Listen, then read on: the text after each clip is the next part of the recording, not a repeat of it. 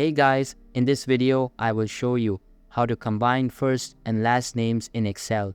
So make sure to watch the video till the very end. And let's begin.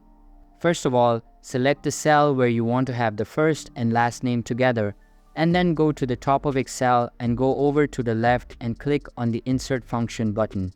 And at the top here, you need to go and search for concat like so, and you can then select it and press OK.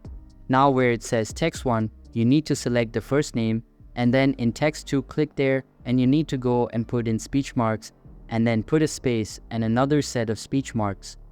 Then in text 3 you need to go and select the last name, which I'll click there.